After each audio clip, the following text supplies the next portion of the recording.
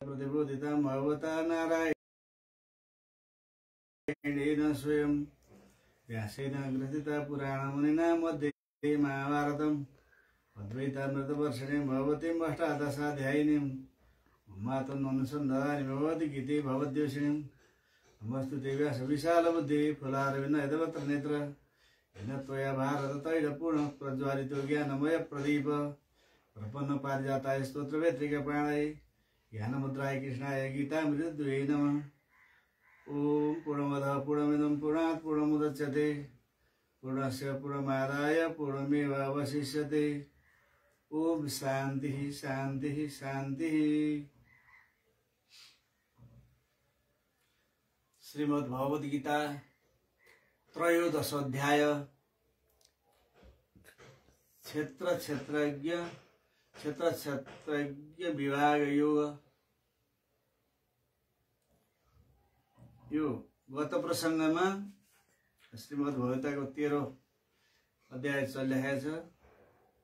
पहिला क्षेत्र सम्बन्धी चर्चा भयो, त्यसभन्दा पछि ज्ञान सम्बन्धी चर्चा भयो, त्यसभन्दा पछि चाहिँ नि ज्ञेय विषयमा चर्चा भएर समापन भयो। त्यही भएर अब यसभन्दा पछि अब प्रकृति र पुरुषको बारेमा यहाँ प्रसङ्ग चलिरहेको छ। अब प्रकृति र पुरुष दुवै अनादि हुन् तापनि प्रकृति पुरुषका अधीनमा, ईश्वरको अधीनमा प्रकृति र पुरुष चाहिँ नि व्यष्टि आत्मालाई जीव र समष्टि आत्मालाई ईश्वर। त्यसो हुनाले त्यो समष्टि आत्माको अधीनमा प्रकृति छ। प्रकृति चाहिँ नि भगवानको अधीनमा हुन्छ, अनादि हो तापनि भगवानका अधीनमा हुन्छ। त्यसो हुनाले सम्पूर्ण सृष्टि स्थिति लय प्रकृतिले गरे तापनि भगवानको अधीनमा रहेर सृष्टि स्थिति लय हुने हो। अब प्रकृतिले आफैले सृष्टि स्थिति लय गर्ने हो, ईश्वर चाहिँदैन। सृष्टि स्थिति लय गर्न ईश्वर चाहिँदैन। प्रकृति भनेको प्रधान हो। प्रधान तत्त्व चाहिँ पुरुष तत्त्व आत्म तत्त्व र प्रधान तत्त्व दुईटै चाहिँ नि सत्य शाश्वत वस्तु हुन् भन्ने सांख्य दर्शनको जुन कुरो थियो त्यसो मानेको ईश्वरको चाहिँ नि ईश्वरता सिद्ध हुँदैन। किन सिद्ध हुँदैन भने सृष्टि स्थिति गरी ईश्वर किन चाहिँ? अब सृष्टि स्थिति लय स्वतः प्रकृति प्रधानबाट हुने भयो भने त ईश्वरको आवश्यक छैन। त्यसो भएको हुनाले ईश्वरको चाहिँ नि ईशितव्य अभावात्, ईशितव्य गरिएको अभाव, शासन गरिएको अभाव रहने भएको हुनाले यसरी प्रकृति चाहिँ नि ईश्वर भन्दा पृथक छुट्टै छ। ऊ चाहिँ नि सद् वस्तु हो। त्यो चाहिँ नि अनादि अनन्त रहने पूर्ण वस्तु मानेको खण्डमा ईश्वरको ईश्वरत्व रहँदैन। त्यसो हुनाले अनिश्वर प्रसङ्गात अनिश्वरको प्रसङ्ग उदय भएको हुनाले शास्त्रले अनि अब यो चाहिँ नि प्रकृति र पुरुष दुईटै अनादि भए तापनि प्रकृति चाहिँ नि पुरुष परमात्माको अधीनमा छ भन्ने प्रसङ्ग यहाँ चाहिँ नि अब विकार गुण जति दुईटै प्रकृतिबाट जन्मन्छन्। प्रकृति पुरुषं चैव विद्यनादि वावपि विकारां च गुणैः चैव विद्धि प्रकृति समभवान्। प्रकृति र पुरुष दुईटै विद्धि अनादि हुँदा पनि यी दुईटै अनादि हुँदा पनि विकार र गुण जति प्रकृतिका हुन्। परमात्मामा गुण छैन, निर्गुण वस्तु निर्विशेष छ, विशेषता छैन। विशेष भनेको गुण हो, निर्गुण हो। त्यसो भएको हुनाले अब यो यहाँ चाहिँ नि विकार र गुण जति चाहिँ जम्मै प्रकृतिका हुन्, यी पुरुष आत्माका होइनन् भन्ने कुरा यो 19औं श्लोकमा भएपछि 20औं श्लोकमा चाहिँ कार्य यो पनि यो प्रसङ्ग भएपछि कार्य करण कर्तृत्व हेतु प्रकृति रुचते पुरुष सुख दुःखानां भौतित्व हेतु रुचते। कार्य करण र कर्तृत्वको हेतु चाहिँ प्रकृति हो। कार्य भनेको शरीर, करण भनेको यसभित्रका इन्द्रियहरू, चतुर्दश इन्द्रिय भनौँ या त त्रयोदश भनेको छ। त्रयोदश तत्करणास्थान तत्थाने त्रयोदश भनेको 10 इन्द्रिय र मन बुद्धि अहंकार मान्ना 13वटा भयो, चित्तसम्म मान्यो भने 14वटा हुन्छ। यो 14वटा साधन चाहिँ नि करण हुन्, आत्माले भोग गरी करण। यदि 14 साधनबाट जीवात्माले भोग गर्दछ। भोगका साधन कर्मेन्द्रले कर्म गरेर, ज्ञानीले ज्ञान गरेर, मनोबुद्धि चित्त अहङ्कारले मनन चिन्तन अभिमान निश्चय संकल्प गरेर चिन्तन गरेर चाहिँ भोग गर्छ। त्यसो भएको हुनाले अब यहाँ चाहिँ नि त्यसो हुनाले यी दुवै चाहिँ नि अब पुरुषको अर्थ क्षेत्रज्ञ जीवात्मा हो। चिदाभासलाई क्षेत्रज्ञ भने अब यहाँ चिदाभासलाई क्षेत्रज्ञ एउटा शुद्ध चैतन्य क्षेत्रज्ञ, दुईटा क्षेत्रज्ञ। क्षेत्रलाई जान्ने क्षेत्रज्ञ भयो, त्यो चाहिँ जीवात्मा भयो। सबै क्षेत्रलाई जाति जुन शुद्ध चेतन छ त्यो चाहिँ परमात्मा ईश्वर भयो। ईश्वर पनि क्षेत्रज्ञ हो, जीव पनि क्षेत्रज्ञ हो। जीव व्यष्टि क्षेत्रको ज्ञाता जीव भयो, समष्टि क्षेत्रको ज्ञाता चाहिँ नि ईश्वर भयो। त्यसैले जसले जान्दछ त्यो ज्ञाता वस्तु ज्ञ हो क्षेत्र। त्यसो भयो हुनाले अब यहाँ चाहिँ पुरुष व्यष्टि क्षेत्रको क्षेत्रज्ञ, ईश्वर चाहिँ नि समष्टि क्षेत्रको क्षेत्रज्ञ। त्यसो हुनाले त्यो पुरुष चाहिँ त्यो पुरुष हो, उपाधिमा युक्त आवासमा यो चिदाभास आवासमा परेको चेतनको प्रतिबिम्ब नै भोक्ता रूपमा पुरुष। सुख दुःख नाम भो, त्यो कार्यकरणको हेतु चाहिँ नि प्रकृति हो। कार्यकरणको केतु सारा सामग्री बन्ने कार्य र करण शरीर र इन्द्रियको हेतु चाहिँ प्रकृति हो भनेदेखि सुख दुःखको भोक्ताको हेतु चाहिँ पुरुष हो। किनभने सुख पाउनु दुःख पाउनु चाहिँ जडमा मात्रै सम्भव छैन, त्यो चेतन पनि युक्त हुनु पर्यो, चेतनको चिदाभास चाहियो। त्यसो हुनाले सुख दुःखको र भौतित्वको हेतु चाहिँ पुरुष हो। किनभने भोग्य वस्तु भोक्ता कहाँ कसरी खडा हुन्छ त भोक्ता भयो भन्दा चेतन अविद्यासँग चेतनको संयोगले भोक्ता भाव खडा हुन्छ। अविद्या र चेतनको संयोगबाट भोक्ता भाव खडा हुन्छ। स्वयं अब निर्विकार तटस्थ अब चाहिँ असङ्ग पुरुष भोक्ता छैन। जस्तै अब कुटस्थ भोक्ता हुँदैन, चिदाभास भोक्ता हो। अब एउटै आत्मा कुटस्थ र चिदाभास, एउटै आत्मा कुटस्थ र चिदाभास दुई भागमा विभाजन भयो। वस्तु यो दुईटा भयो, कुटस्थ भयो द्रष्टा भएर बस्यो साक्षी भयो, कुटस्थ साक्षी भयो। चिदाभास चाहिँ प्रमाता भयो, अन्तस्करणको भौतित्व चिदाभासमा खडा भयो, त्यसको प्रमाता। त्यो चाहिँ त्यसो हुनाले प्रमाता भाव खडा भयो चिदाभास। प्रमाता चाहिँ नि प्रमाताको विशेषण हो अन्तस्करण भनेदेखि साक्षी कुटस्थको चाहिँ उपाधि भयो। एउटै अन्तस्करण प्रमाताको विशेषण हो भने कुटस्थको चाहिँ उपाधि हो। उपाधि हो, कुटस्थ शुद्ध छ। त्यसो भएको हुनाले त्यो भौतित्व कहाँ खडा हुन्छ त भन्दा चिदाभासमा खडा हुन्छ। पुरुष सुख दुःख नाम भौतित्व हेतु, भौतित्वको हेतु चाहिँ नि सुख दुःखको हेतु चाहिँ भौतित्व भाव चाहिँ केमा खडा हुन्छ त भन्दा त्यो हेतु खडा हुने कार्य चाहिँ पुरुष हो, चिदाभासमा हो। चिदाभासमा शुद्ध पुरुष भौतित्व हो। त्यो निर्विशेष छ, शुद्ध कुटस्थ त केहीमा लिप्त छैन। कुटस्थता नित्य सर्वगत स्थान हो, अचल एवं सनातन। यो कुटस्थलाई लिएर भने हो। नैनम छिन्नति शस्त्राणि नैनम दहति पावक नचैद क्लेदन त्यावो नशोषयति मारुत अछेद्यो यमदायो मक्लद्यो शोषेव च नित्य सर्वगत स्थान अचल एवं सनातन। कुटस्थ अचल छ, सनातन छ, शाश्वत सत्य छ। यो कुटस्थ वस्तुमा भौतित्वमा खडा हुँदैन, खडा हुन्छ चिदाभास जीवात्मामा खडा हुन्छ। त्यसो कुटस्थ र चिदाभासमा फरक छ। उपाधिले गर्दा फरक देखाइदियो। त्यो चिदाभासै कुटस्थ हो, कुटस्थकै प्रतिबिम्बलाई चिदाभास भन्दछ। अविद्यामा परेको चेतनको प्रतिबिम्ब चिदाभास, त्यहाँ चाहिँ नि अब चाहिँ नि संयोग जस्तो देखियो। संयोग नि अध्यासवसात संयोग भएको। चेतन र अविद्याको संयोग चाहिँ नि अब चेतन सावयव अवयव भएको वस्तुको संयोग भए चाहिँ नि चेतन र अविद्याको संयोग भएन। संयोग चाहिँ कसरी अध्यास रूपको संयोग। संयोग दुईटा संयोग हुन्छ। अध्यास भनेको एउटा पदार्थमा अर्को कुरा जस्तै अब हातले टाउकामा छैन स्पर्श हुनु, हात र टाउकाको संयोग भयो, त्यस्तो संयोग होइन। चेतन र चाहिँ नि अविद्याको संयोग भनेको अध्यास वसातको संयोग, अज्ञान अध्यास संयोग हो। त्यसो भएको हुनाले चेतन र जडको संयोग चाहिँ नि अध्यास संयोग हो। त्यही भएको हुनाले त्यो संयोगलाई नै त्यो भौतिकताको हेतु, प्रकृति पुरुष सुख दुःख न भौतिकताको हेतु नै पुरुष हो, चिदाभास हो। त्यसो हुनाले कार्यकरण र कर्तृत्वको यति तिनटाको हेतु चाहिँ, यति तिनटा कुरा चाहिँ प्रकृतिको यति तिनटाको कारण चाहिँ प्रकृति हो।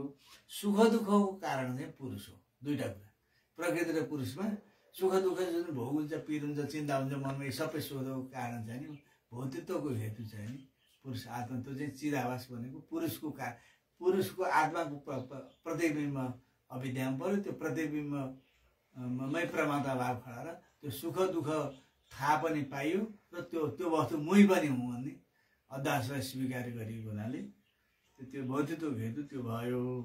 अब त्यसो भएको हुनाले यो 20 नम्बरको आशय यो हिजोको प्रसङ्ग छ। यसभन्दा पछि अब 21औं नम्बरको श्लोकमा पुरुष प्रकृति स्थोही भुङ्ते प्रकृति जाने गुणा कारणम गुण संघर्ष सदसत योनि जन्मसु।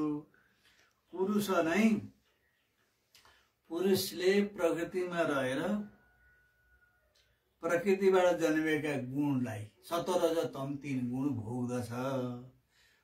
पुरुष चाहिँ प्रकृतिमा बसेर भनेपछि चिदाभास चाहिँ अविद्यामा बसेर। पुरुष भनेको यहाँ चिदाभासलाई भने शुद्ध चैतन्य त भौतिक कुरा आउँदैन। पुरुष भन्नाले त्यो जीवात्मा भनेकै चिदाभास हो। त्यो चाहिँ प्रकृतिस्थ भनेको प्रकृतिमा बसेर भुङ्ते प्रकृति जान गुण, भुङ्ते प्रकृति जान गुण, प्रकृतिबाट जन्म प्रकृति जन्य गुणहरू, प्रकृतिका 3टा गुणहरू भुङ्ते भोग्दछ। कारणम सुख गुण समूह सदसद्योनि जन्मसु। यही कारणले गर्दा पुरुष र प्रकृतिको संयोग भएको हुनाले अविद्याका जेलमा चेतन अल्झिएको हुनाले त्यो जीवात्मा भन्यो। त्यो जीवात्मा नै यही कारण गुणसँग मिलिएको कारणले गर्दा सद असद योनिमा जन्म भयो। त्यसको सद असद योनिको 3टा अर्थ हुन्छ। सद योनि भनेको देव योनि, असद योनि भनेको पशु योनि। अब यहाँ एउटै शब्द चाहिँ सदसत योनि जन्मसु। अब यहाँ यो 3टा अर्थ हुन्छ। सद योनि देव योनि। सद किन देव योनि भने किन सद, त्यहाँ पाप हुँदैन भन्दा पुण्य अधिक भएको हुनाले पापको हिसाब मानिँदैन। छत्रिणो यान्ति छाती ओढ्नेहरू गए भन्दा त्यहाँ अब 2-3 सय मान्छेका फौज भनेको थिए, कोही 2-4 छाता थिए। 2-4 छाताका कारणले छाता ओढ्नेहरू गए भने छाता नओढ्ने पनि छाता ओढ्ने ठहरिनु भयो भने यो अब छत्रिने आयो भनिन्छ, छत्रिने आयो भनिन्छ। छत्रिणो यान्ति छाता ओढ्ने गए, छाता ओढ्नेहरू गए भनेपछि छाता ओढ्ने गए भनेपछि त्यो छाता ओढ्नेहरू गए भनेपछि छाता नओढ्ने पनि मान्छे त्यहाँ जो मैले छाता ओढाए हुँदैन तीसम्म ती छाता ओढ्ने भित्र परे। यो चाहिँ अजहल लक्षणमा यो छत्रिण्यासी प्रयोग हुन्छ। अब त्यसै गरी यहाँ चाहिँ नि अब सदयोनि भन्ने बित्तिकै के हो भने यो छत्रिण्या, यहाँ चाहिँ नि सदयोनि भन्नाले अब पुण्य योनि। देवयोनिमा देवताका भित्र नै पाप हुन्छ, पाप ज्यादै कम हुन्छ। त्यो पुण्य छाएपछि देवताहरूको पनि जन्म हुन्छ, पुनर्जन्म हुन्छ। त्यस हुनाले पुण्य अधिक भएको हुनाले सदयोनि भन्यो। अनि पाप अधिक हुनाले असदयोनि भन्यो। त्यसो भने असुरहरूको शरीर पशु पक्षी तरै मानिसदेखि बाहेक तल्लो योनिहरू पनि यी असदयोनि हुन्। असदयोनिमा नि त्यहाँ पाप अधिक भएको हुनाले पाप त्यहाँ भित्र पुण्य पनि हुन्छ। पुण्य पनि त्यो पशु अरू असदयोनि अनि पुण्य हुन्छ। पुण्यको चाहिँ ज्यादै कम भएको हुनाले पाप अधिक भएको हुनाले पाप योनि भन्यो। त्यहाँ भित्र पुण्य पनि हुन्छ थोरै मात्र। त्यसो भएको हुनाले अनि सदसद योनि, सदसद यो सद र असद दुईटै योनि बोकेको चाहिँ मनुष्य योनि। मानिस योनि चाहिँ सदसद योनि थियो। सद योनि देव योनि, असद योनि पशु योनि तल्लो योनि, अनि सदसद योनि मनुष्य चाहिँ दुईटै उभयहरू सद योनि हो, असद योनि हो।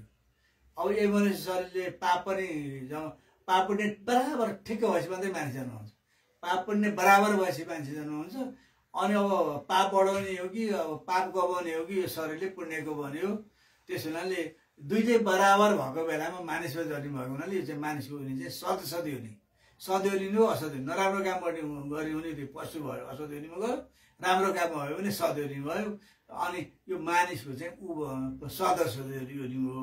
यो सदसद योनि जन्मसुको तीनटा अर्थ भयो। देवयोनि 1, पशु योनि 2, सद्योनि देव असद्योनि पशु, सदसद योनि मानिस। त्यसो हुनाले यो एउटा सदसद भन्ने बित्तिकै तीनटा अर्थ लाग्यो। सदसद योनि भन्नेले त्यो यसबाट तीनटा अर्थ हुन्छ। यहाँ भाष्यमा पनि अब यो तीनैवटा अर्थ गरेको छ। त्यसो भएको हुनाले तीनटा अर्थ गरेको हुनाले अब यहाँ चाहिँ नि अब कारणम गुणसँगै छ त्यो। त्यसो भएको हुनाले अब पुरुषले प्रकृतिमा बसेर प्रकृतिमा रहेर भोग गर्दछ, भुङ्दी प्रकृति हुन भोग्छ। त्यो प्रकृतिको बाका 3 गुण भएका कारणले तिनको चाहिँ सदसद योनि जन्म हुन्छ भने हो। अब त्यति हो। सदसद योनि जन्म किन हुन्छ भने राम्रो काम गरे भोग्यो तले मर्यादाभित्र शास्त्रभित्रको अधीनमा रहेर भोग्यो भने सद्योनि देवताको योनि हो। शास्त्र मर्यादालाई उल्लङ्घन गरेर भोग्यो, अरू चित्त दुखाएर उसले सुख भोग गर्यो भने असद्योनि योनिमा जन्म हो। अनि त्यहाँबाट चाहिँ नि उसले अब ठिक सदसद उसले चाहिँ सामान्य रूपले भोग गऱ्यो भनेदेखि त्यो चाहिँ सदसद मानिसहरूमा जन्मियो। तिनटै चाहिँ तनु अब मान्छे जन्म हुने भयो। अनि सदसद 3 गुणको रहस्यलाई बुझ्यो भने मोक्ष पनि हो, 4वटा बाटो हुने भयो। यो मानिसको जुनिबाट चाहिँ त्रिवेणी मात्रै नि अब यो चाहिँ त्रिवेणी भन्दा पनि माथिल्लो देश। यो मान्छेले कर्म मान्छेले उसको कर्मअनुसार मान्छे बन्धन सक्छ, पशु बन्धन सक्छ, देवता बन्धन सक्छ, अनि त्यहाँबाट त्यो मोक्ष भएर ब्रह्म बन्धन सक्छ। त्यसो हुनाले 4 तह पार गर्ने यो मानिसमा यो चाहिँ मानिस हो। त्यसो भएको हुनाले यो त्यो पुरुष प्रकृतिका गुणमा बसेर उसले भोग्ने भएको हुनाले यो भोग्नेवाला चाहिँ तीको तीनटा जुनी हुन्छ भने जन्माउनु हुनुलाई भोगबाट अलग हुनु पर्यो। भोगबाट अलग भएको चाहिँ को जन्म हुँदैन। मोक्ष भने चाहिँ भोग प्रकृतिको गुणबाट त्यो भोक्ता छुटिनु पर्यो। भोक्तृत्व भाव हट्ने बित्तिकै सदसद योनि जन्म हुँदैन। सदेव योनि पाउँदैन मान्छेको मोक्ष हुन्छ। ऊ चाहिँ ब्रह्म तत्त्वलाई प्राप्त गर्छ, आत्म तत्त्वलाई प्राप्त गर्दछ भन्ने अर्थ यो 21 नम्बरको श्लोकको चाहिँ यति। त्यसो भए अर्को चाहिँ नि अब यो भोक्तृत्व भाव कसरी खडा हुन्छ त भन्दाखेरि भोक्तृत्व भाव खडा भने आनन्दमय कोष हो, कर्तृत्व भाव खडा भने विज्ञानमय कोष हो। 5 कोषलाई छोडेपछि ज्ञान हुने हो। 5 हो देहात्म बुद्धि नाश, ज्ञान अब देहात्म बुद्धि नष्ट हुन्छ। ज्ञानले भौतित्व बुद्धि नासिने बित्तिकै भोक्ता छैन। भोक्ताको निषेध गरौँ। वेदान्त सिद्धान्तमा भोक्ताको निषेध हुने। वेदान्त सिद्धान्तमा भोक्ताको निषेध, कर्ता र भोक्ताको निषेध गर्ने। कर्ता र भोक्ताको निषेध हुन्छ। भोक्ता छैन, भोक्ताको निषेध। भोक्ता छैन, कर्ता र भोक्ता छैन भन्ने सिद्धान्त वेदान्त सिद्धान्त। भोक्ता पनि छ, मोक्ष भएपछि त्यो भोक्ता बाँकी रहन्छ भन्ने सिद्धान्त यो वेदान्त सिद्धान्त होइन। त्यसो हुनाले त्यो भोक्ता चाहिँ नि ब्रह्ममा भौतित्व भाव चाहिँ हट्दछ। अब कर्ता र भोक्ता पुरुष र प्रकृतिदेखि बाहेक अर्को कुरो छ है। त्यो नभोग्ने कुरो चाहिँ यहाँ तल 22 नम्बरको श्लोकमा चाहिँ अब यहाँ पूर्ण ब्रह्मको सङ्केत गरेको छ। त्यसलाई त्यो कर्ता र भोक्ताभन्दा पृथक रहेको साराको अधिष्ठानलाई चाहिँ के भन्छन् भन्दा उपद्रष्टा। उप भनेको नजिक बसेर हेर्ने। कर्ता र भोक्ताले गरेको कामको साक्षी चाहिँ उप भनेको पृथक रहेर त्योदेखि अलि छुट्टै बसेर रेखदेख गर्छ। रेख्दा पनि उसैका कारण उज्यालो तीबाट आएछ। जसरी चिम माथि चाहिँ यहाँ चिम बल्दछ, चिम बलेपछि अनि यहाँ हामीहरू उठेर सल बलाउँछौँ। हामीहरू सल बल्या पनि यहाँ बसेर हामीले काम गरे पनि त्यो चिमले देखेर त्यसै उज्यालो हामीले काम गर्छौँ। काम गरेको पनि त्यहीँ रेकर्ड हुन्छ, त्यसले देख्दछ। अनि अब काम गरेर निधाइयो भने हामीले काम गरेर निधाइयो भने निधाएको पनि उसले देख्छ। निधायो बेला त्यो उज्यालो त्यहाँ भइरहन्छ। उपद्रष्टा भने चाहिँ पर बसेर त्यसले प्रकाश बाँधेर दिइरहन्छ, उसले भोक्ता होइन। कर्ता र भोक्ता गर्दैन, उसले पृथक त्यो मुख्य द्रष्टा चाहिँ उपद्रष्टा भएर कर्तृत्व र भौतित्वपनलाई प्रकाशित गरिराखेको हुन्छ। अब त्यो चाहिँ उपद्रष्टा हो। त्यो भर्दा पनि भरण पोषण गरेपछि त्यसैका सत्ताले उज्यालाले अरू कर्तृत्व र भौतित्व भएर खडा हुने हो। भर्ता भोग्दा महेश्वर, महेश्वर महान ईश्वर, ईश्वर पनि त्यही हो। त्यो उपद्रष्टालाई चाहिँ अनुमन्ता सबैलाई चाहिँ नि अब उसले शासन गर्ने कर्तृत्व भौतित्व खडा हुने पनि त्यही हो। त्यसो भएको हुनाले अथवा देह चक्षु मनोबुद्धि आत्मा द्रष्टारम, बाह्य द्रष्टा देह। अब द्रष्टा 3 किसिमको द्रष्टा, बाहिरको द्रष्टा आँखा, आँखाको द्रष्टा मन, मनको द्रष्टा साक्षी आत्मा। द्रष्टा 3टा, द्रष्टा 3टामा तेस्रो द्रष्टा मनलाई जसले त्यो मनलाई अन्तःस्करणलाई पनि जसले देख्यो त्यसको नाम चाहिँ उपद्रष्टा। बाहिर पृथ्वीलाई देख्यो, शब्दलाई सुन्यो, नाकले गन्ध थाहा पायो, यो पनि द्रष्टा। इन्द्रियहरू चाहिँ नि विषयको द्रष्टा हो। मन चाहिँ नि इन्द्रियको द्रष्टा हो। आत्मा चाहिँ नि मनको पनि द्रष्टा हो। त्यो मनको द्रष्टालाई उपद्रष्टा भने हो। त्यसो द्रष्टा 3टा, द्रष्टाको 3 भाग। त्यसो भएको हुनाले त्यही उपद्रष्टा नै अब को आवास नै उपद्रष्टा जुन शुद्ध चेतन नै अविद्यामा बसेर त्यो प्रतिबिम्ब रूपमा प्रकट भएर त्यो प्रतिबिम्ब नै अब त्यो त्यही द्रष्टा उपद्रष्टाको आडमा कर्ता भोक्ता कर्तृत्व भोक्तृत्व सारा संसार चलेको छ। त्यो चाहिँ महेश्वर हो। त्यो महेश्वर त्यो चाहिँ परमात्मा हो, ब्रह्म हो। महेश्वर परब्रह्म परमात्मा हो, शुद्ध चेतन हो, ईश्वर हो। ईश्वर सबै जीव त्यो उपद्रष्टा छ। पल्लो त्यो उपद्रष्टा जुन मनको साइज हो त्यो अनुमन्ता पनि त्यही हो। सबैलाई भरण पोषण गर्ने पनि त्यो चेतन छ। हुने बित्तिकै जमेको इन्द्रियको काम पनि सक्यो, मनको काम पनि सक्यो। ऊ छैन के पनि छैन। अनि भोग्दा भाव पनि चेतन नहुने भोग्दा भाव पनि छैन। त्यसो हुनाले त्यस अनि महेश्वर पनि त्यही हो। अनि परमात्मा पनि त्यही हो। अभियुक्त देश अस्मिन देह, यो देहमा पुरुष हो। पुरुषभन्दा पर त्यो पुरुष भनेको प्रकृति र पुरुषभन्दा पर चाहिँ तटस्थ बस्ने वस्तु चाहिँ उपद्रष्टा हो। देश त्यो पुरुष छ, त्यो पर छ। त्यो पर सबैभन्दा चपर छ। पर भनेको चतुर्थ, तुरीय, मात्रा रहित, अमात्रा, यदि भन्नु पर्यो।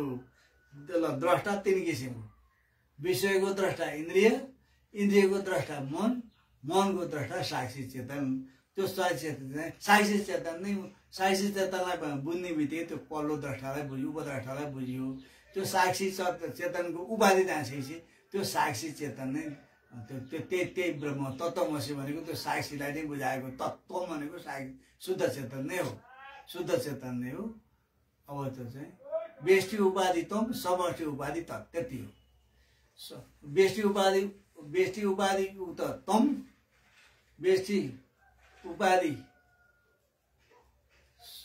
सहितको तम, समष्टि उपाधि सहितको तत्, त्यति मात्रै हो। तत् जहिले पनि परोक्ष हुन्छ, तम चाहिँ प्रत्यक्ष हुन्छ। तत् परोक्ष, तम प्रत्यक्ष।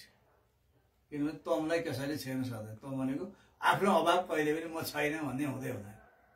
त तम जहिले म छु भने ऊ प्रत्यक्ष भएको हुनाले पर छ। अब यसरी चाहिँ नि अब यो कति नम्बरको श्लोक गयो भनेदेखि 22 नम्बरको श्लोक छ। अब 23औं नम्बरको श्लोकमा या एवं व्यत्यन्तरम यैनम मन्यते हतम, अनि एवं व्यति पुरुषम प्रकृतिम च गुणैः सह सर्वथा वर्तमानोपि न स भूयो विजायते। एवं यस्ता किसिमले व्यति जसले जान्दछ पुरुषम प्रकृतिम एवं यस्तो किसिमको लक्षण प्रकृति, पुरुष र उपद्रष्टा, यो 3 तहको जसले राम्रोसँग जान्यो। अब क्षेत्र ज्ञान र क्षेत्रज्ञको अधिष्ठान मूल ब्रह्म तत्त्व, यो 3 तह जसले जान्यो। त्यो यस्तो किसिमको रहस्य सहित पुरुषलाई र प्रकृतिको गुण सहितलाई जसले जान्दछ सर्वथा त्यो मान्छे वर्तमानै त्यो सबै ऊ चाहिँ नै वर्तमान अवस्थामा अब विद्युत शरीर देहान्तराय नभिजाए। त्यसो हुनाले यो त्यति जाने बित्तिकै त्यो कुरा थाहा पर्ने बित्तिकै त्यो मान्छेको जन्म हुनु मोक्ष। त्यति कुरा बुझेपछि मोक्ष हो। त्यसले अब गर्नुपर्ने काम सक्यो। तस्य कार्यम नविद्यते, कुनै कार्य रहँदैन। प्रकृति पुरुष र उपद्रष्टा बुझ्ने मान्छेको काम समाप्त भयो। नस भुयो भिजायो, त फेरि अभिजा भुजा भनेको फेरि अब त्यसो जन्म भित्री रहस्य बुझ्यो, थाहा पायो र उसले अनुभव गर्यो भने त्यो सक्यो। त्यो जन्म त्यो मोक्ष भनेकै त्यति हो। पीर चिन्ता आए अन्तस्करणमा आउने हो, अन्तस्करणमा आए पीर पर्या बेला पनि साइक्यौँ भन्ने कुरो उसले बिर्सँदैन। पीर त आउँछ जान्छ, प्रकृतिको गुण जति जति भए पनि म द्रष्टा हुने कुरो चाहिँ उसले कहिले पनि बोल्दैन। त्यो जति रोज करास घरान जति बिग्न परे पनि पीर अब आयो त आयो, अब आउँछ मान्छे मरेर रोइन्छ, हाँसिन्छ, हाँसेपछि त्यो द्रष्टा भन्ने भाव चाहिँ नटी भएको हुनाले त्यो चाहिँ मोक्ष हो भनेको छ। आउँदै आउँदैन होइन, ज्ञानीमा पनि आउँछ तर नअनुशोचन्ती, त्यति फरक त्यति मात्र। सुख दुःख अज्ञानीमा नि हुन्छ, ज्ञानीमा नि हुन्छ। अब अज्ञानी चाहिँ बारम्बार त्यो कुरामा आइ नै रहन्छ। अब अज्ञानीमा चाहिँ, ज्ञानीमा चाहिँ आयो त अब केही बेला अब मनमा बिर्स्यो, रजोगुण आयो, एकछिन बस्छ जान्छ। त्यो चाहिँ भनेको अनुसूच बारम्बार फर्काएर ल्याइरहन्छ। ज्ञानीमा दुःख हुन्छ, मान्छेमा जान्छ, आँसु खचर हुन्छ, त्यहाँ गएर बोल्छन्, सक्यो। अब यस्तो मान्छे गऱ्यो त्यो कुरो बसिरह्यो, त्यति हो कुरो। अब त्यसमा कुनै गाह्रो कुरो के पनि छ। त्यसो हुनाले यति बुझ्ने बित्तिकै सरथा वर्तमानै पि नसो भयो बिजाए, त्यो यति बुझिसकेपछि त्यसो फेरि जन्म हुँदैन। उसले कुरो बुझिसक्यो। अब दृढ गर्ने भनेको कुरा त्यो बस्दै अब उसो दृढ र अदृढ भन्ने हुन्छ ज्ञान। अब यो चाहिँ नि निधिध्यासन भयो। निधिध्यासनको परिपाक समाधि हो। समाधि भइसकेका मान्छेको नै रुनु हानु होला, होले भए पनि अब उसले अब द्रष्टा स्वरूप बुझिसक्यो भने त्यसलाई केही पृथ्वी पल्टे पनि केही छ के संसारै होइन भनेर बसेलाई। अब होइन भनेर संसारै छैन, होइन भने छैन। पहिला हो हामीले सेवा गर्नुपर्छ, दोस्रो तहमा पुगेपछि संसार होइन, त्यो भौतिक हो। अब ज्ञानीमा पुगेपछि संसार छैन। पहिला होइन अवस्थामा जान्छ, पछि अन्तिम ज्ञान अवस्थामा छैन। अब सृष्टि छैन भन्ने सिद्धान्त हो अन्तिम वेदान्तमा। सृष्टि छैन। ज्ञाते द्वैतम न विद्यते, ज्ञाते द्वैतम न विद्यते। ज्ञात भइसकेपछि द्वैत वस्तु रहँदैन, द्वैत वस्तु छैन। यो मान्नुको कारिका ज्ञाते द्वैतम न विद्यते अन्यथा गृणतो स्वप्न निद्रा तत्त्वम अजानत विपर्यासे तयो क्षीणे तुर्यम पदमश्रुते। त्यसो हुनाले अन्यथालाई ग्रहण गर्नु स्वप्न हो, तत्त्वलाई नजान्नु निद्रा हो। अब त्यसो हुनाले तत्त्वलाई नजान्नु निद्रा हो। निद्रा भनेको सुसुप्ति, अन्यथा ग्रहण भनेको जाग्रत स्वप्न। ज्ञाते द्वैतम, ज्ञात ब्रह्मबोध भएपछि द्वैत रहँदैन। द्वैत अब रहँदैन भनेपछि छैन भन्ने सिद्धान्त। पहिलो सिद्धान्तकै संसार होइन भन्ने सिद्धान्त, त्यो अलिक कमजोरी अवस्थालाई त्यहाँभन्दा पनि पहिलालाई त्यही संसार पनि हो, ईश्वर पनि जम्मै छ, सेवा गर्नुपर्छ, पहिलो सिद्धान्त हो। यसभन्दा माथिल्लो तहमा पुगिसकेलाई संसार होइन, दोस्रो खड्किलो हो। अन्तिम खड्किलो, अन्तिममा संसार छैन, संसार छैन सिद्धान्त। नजायति मृयति बाबु राजित नायमूत सभा, त्यसो हुनाले केही पनि छैन।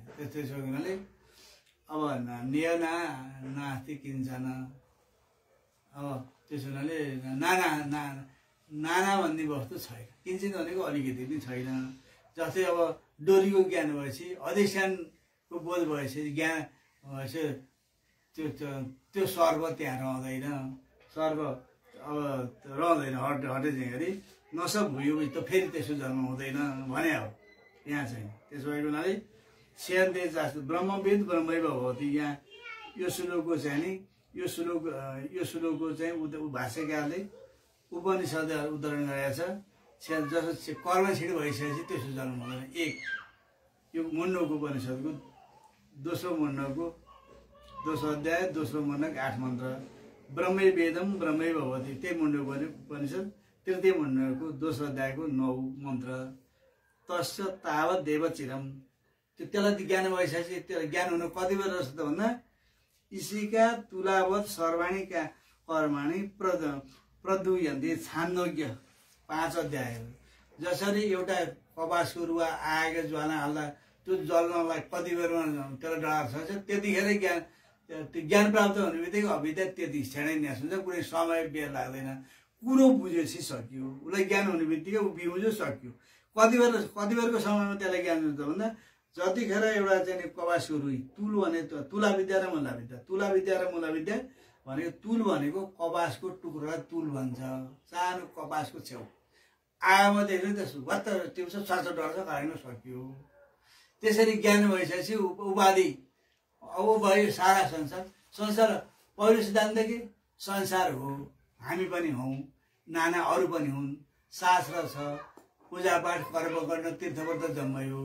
अनि माथि गइसकेपछि होइन अब यो सारा यो उसो यो संसार त देख्यो, सृष्टि गरी कहाँ छ त, त्यसो खोजी गर्दा यो त होइन, यो त आत्मा हो, यो त चेतन हो, साक्षी चेतन हो, खोज्नुपर्छ, भौतिक गर्नुपर्छ भन्ने। यो होइन यो सृष्टि गरी कहीँ छ भने यसो खोजमा लागेपछि, ईश्वरको खोजमा लागेपछि संसार होइनमा जान्छ। कसैले बाहिर खोजेर भेट्छन्, कसैले भित्र खोजेर बस्छन्। जस्तै तुलसी रामायणमा दुवैतिर रामै राम, बाहिर प्रत्येक अणु बाहिर पनि दृष्टिमा भित्र राम बाहिर राम, जम्मै राम। अब गोपिनीहरूका लागि कृष्ण बाहिर पनि कृष्ण, भित्र पनि कृष्ण, उनीहरूको पथको र वनको पातमा पनि त्याङ्गामा पनि कृष्ण मात्र दृष्टि हो। अब भित्र गएपछि बाहिर पनि देख्यो, बाहिर भित्र दुइटै हो ज्ञानीको लागि। त्यसो हुनाले अनि भौतको लागि साधनमा हिँड्यालाई बाहिर होइन, ज्ञान भइसकेपछि संसार छैन, कृष्ण मात्रै छ, बाहिरिन्छ भित्रिन्छ।